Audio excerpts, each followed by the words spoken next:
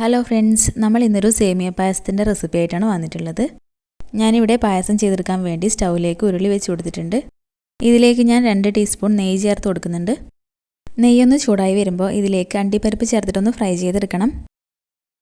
അണ്ടിപ്പരിപ്പിൻ്റെയൊക്കെ colour just ഒന്ന് മാറി വന്നാൽ മതിയാവും. എന്നിട്ട് മാറ്റി വെച്ച് കൊടുക്കാം. പിന്നെ ഇതിലേക്ക് മുന്തിരി ചേർത്തിട്ടൊന്ന് ഫ്രൈ ചെയ്തെടുക്കണം.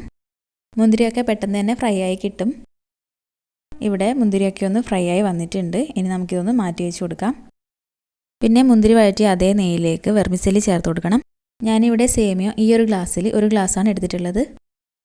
ഇനി നമുക്കിത് നല്ലപോലെ ഒന്ന് ഫ്രൈ ചെയ്തെടുക്കണം. എൻ്റെ കയ്യിൽ ഫ്രൈ ചെയ്യാത്ത സേമിയാണുള്ളത്.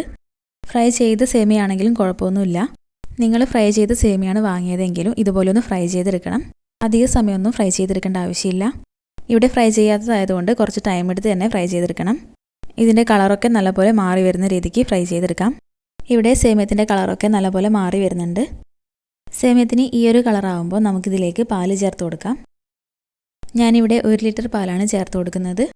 പാക്കറ്റ് പാലാണ് ചേർത്ത് കൊടുത്തിട്ടുള്ളത്. ഇനി ഇത് നല്ലപോലെ ഒന്ന് മിക്സ് ചെയ്ത് കൊടുക്കണം. ഇതിനി തിളച്ച് നല്ലപോലെ ഒന്ന് കുക്കായി വരണം. ഇവിടെ ഇത് നല്ലപോലെ ഒന്ന് തിളച്ച് വന്നിട്ടുണ്ട്. ഞാനിവിടെ നല്ലപോലെ ഒന്ന് മിക്സ് ചെയ്ത് കൊടുക്കുന്നുണ്ട്. ഇവിടെ സേമിയൊക്കെ ചെറുതായിട്ടൊന്ന് കുക്കായി വന്നിട്ടുണ്ട്. ഈ സമയത്ത് നമുക്കിതിലേക്ക് പഞ്ചസാര ചേർത്ത് കൊടുക്കണം. ഞാനിവിടെ 1/2 കപ്പ് പഞ്ചസാരയാണ് ചേർത്ത് കൊടുക്കുന്നത്. പഞ്ചസാരയൊക്കെ നിങ്ങളുടെ മധുരത്തിനനുസരിച്ച് ചേർത്ത് കൊടുക്കാം. എന്നിട്ട് നല്ലപോലെ ഒന്ന് മിക്സ് ചെയ്ത് കൊടുക്കുന്നുണ്ട്. പിന്നെ ഞാൻ ഇതിലേക്ക് കണ്ടൻസ്ഡ് മിൽക്ക് ചേർത്ത് കൊടുക്കുന്നുണ്ട്. കണ്ടൻസ്ഡ് മിൽക്കൊക്കെ നിങ്ങളുടെ മധുരത്തിനനുസരിച്ച് ചേർത്ത് കൊടുക്കാം. നിങ്ങൾ കണ്ടൻസ്ഡ് മിൽക്ക് ചേർത്ത് കൊടുക്കുന്നില്ല, മുഴുവനായിട്ടും പഞ്ചസാര തന്നെയാണ് ചേർത്ത് കൊടുക്കുന്നതെങ്കിലും കുഴപ്പമൊന്നുമില്ല. ഞാനിവിടെ കണ്ടിന്യൂസ് ആയിട്ട് മിക്സ് ചെയ്ത് കൊടുക്കുന്നുണ്ട്. പിന്നെ ഞാൻ ഇതിലേക്ക് 1 നുള്ളു ഉപ്പ് ചേർത്ത് കൊടുത്തിട്ടുണ്ട്. 1 നുള്ളു മാത്രമേ ചേർത്ത് കൊടുക്കാവൂ. മധുരം ഒന്ന് ബാലൻസ് ചെയ്യാൻ വേണ്ടിയിട്ടാണ് ചേർത്ത് കൊടുത്തിട്ടുള്ളത്. പിന്നെ ഇതിലേക്ക് ഞാൻ 1/2 ടേബിൾ സ്പൂൺ ഏലക്കാപ്പൊടി ചേർത്ത് കൊടുക്കുന്നുണ്ട്. ഏലക്കായും പഞ്ചസാരയും കൂടി ഒന്ന് പൊടിച്ചെടുത്തിട്ടുള്ളതാണ്. എന്നിട്ട് നല്ലപോലെ ഒന്ന് മിക്സ് ചെയ്തെടുക്കാം. ഇവിടെ സേമിയൊക്കെ നല്ലപോലെ കുക്കായി വന്നിട്ടുണ്ട്. പിന്നെ മധുരം കുറച്ച് കുറവായതുകൊണ്ട് ഞാൻ ഇതിലേക്ക് കുറച്ചുകൂടി കണ്ടൻസ്ഡ് മിൽക്ക് ചേർത്ത് കൊടുക്കുന്നുണ്ട്. എന്നിട്ട് നല്ലപോലെ ഒന്ന് മിക്സ് ചെയ്തെടുക്കുന്നുണ്ട്. ഇവിടെ സേമിയൊക്കെ നല്ലപോലെ സെറ്റായി വന്നിട്ടുണ്ട്. ഈ സമയത്ത് ഞാൻ ഇതിലേക്ക് 1/2 ടീസ്പൂൺ നെയ്യ് കൂടി ചേർത്ത് കൊടുക്കുന്നുണ്ട്.